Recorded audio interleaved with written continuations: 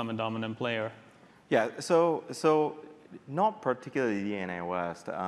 Actually, we start seeing that really those three big markets is completely distinct. For example, if you take a look at the top grossing chart in the Western market, really most of the game, if not everything, is really created by Western game maker.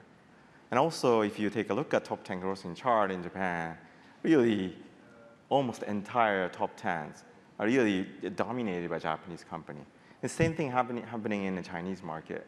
So in more and more bigger company emerging and a lot of players competing, but we actually recognize that for us to be really successful in each of three markets, we have to be highly localized.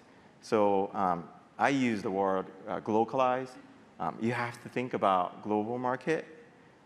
You have to think about global strategy. For example, to acquire IP, you got to play with premium IP holder targeting for global market. But at the same time, for each region to be really successful, you got to have a really strong player in each region and have to think about the audience in each market. And that's how we wanted to be successful. So currently, I'm purely focusing on the Western market. People in the West, people in the US, people in Europe, what type of game people wanted to play. And that's my focus. And same thing happening on other region too. Okay, is there any specific focus how to grow specifically in the Western region?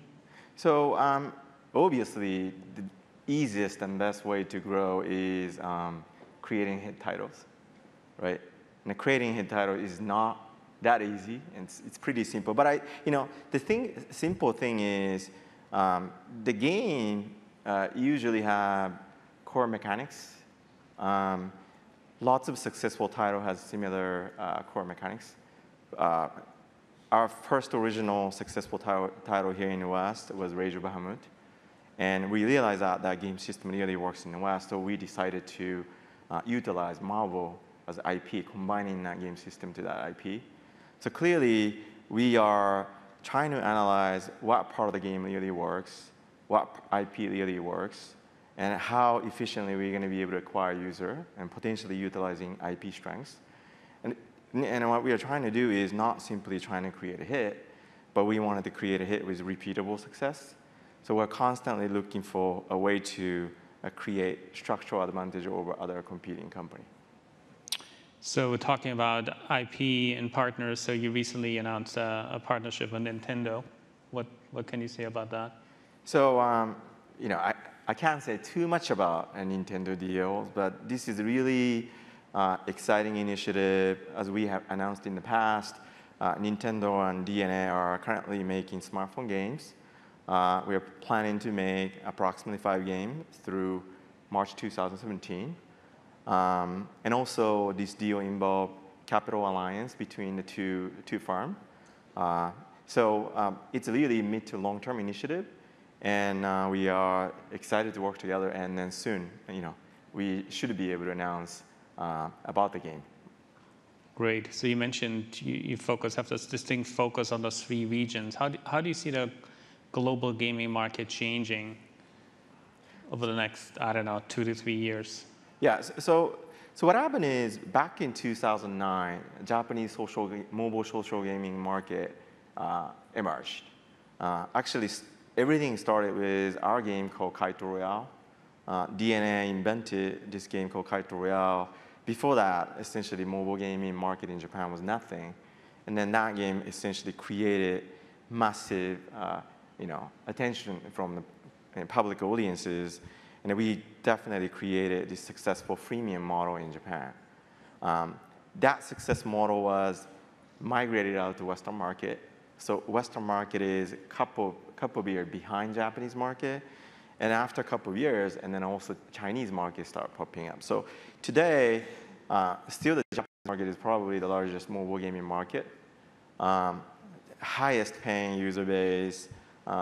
Many games has over 10% paying ratio. Some of the successful game has over 20% paying ratio. So it's an amazing market. But also at the same time, growth of market is much slower than other markets. Now, Western market, I think, follow pretty quickly to Japanese market. Today, people say Western market, including European market and North American market, is approximately $9 billion market. And I think the pace of growth is slowing down recently, but still growing. And then Chinese market is growing really fast. And people predict the Chinese market could be even bigger than Japanese market in the next couple of years. So people estimate that Chinese market is anywhere between $4 to $5 billion by the end of this year. So, it's essentially for anyone to be really successful, you have to somehow figure out how to be successful in each of three markets. And what I see is lots of Chinese company has a lot of cash, high valuations, but not necessarily them coming over here, starting up their own, subsidiary or Western subsidiary of Chinese market wasn't successful. So I see many of them doing strategic investment into successful Western company. And I saw Alibaba investing into Kvam. I saw Tencent invest into Glue. Even the Korean company, Netmarble, invested into SGN. So these are really good example of not necessarily 100% acquisition of Asian company 100% acquiring Western company, but really this is a new way of people trying to coming into a different market. So looking at valuations, I mean, some of the Western companies, trading at 3 to 4 times EBITDA. A good number of the Chinese one, even post-correction, are 10 times plus revenue multiple.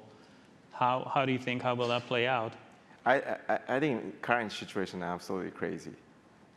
Crazy in the way that, I do a lot of investor relations for DNA headquarters, so I do meet lots of people in Wall Street, lots of investors in Asia and Europe. And one thing I can tell you is investors don't play game, so they don't know. Every time I ask them, which game do you like? They say, my kids play this game. So one, I think not many investors really understanding gaming market. When you actually look at the market carefully, top 10 players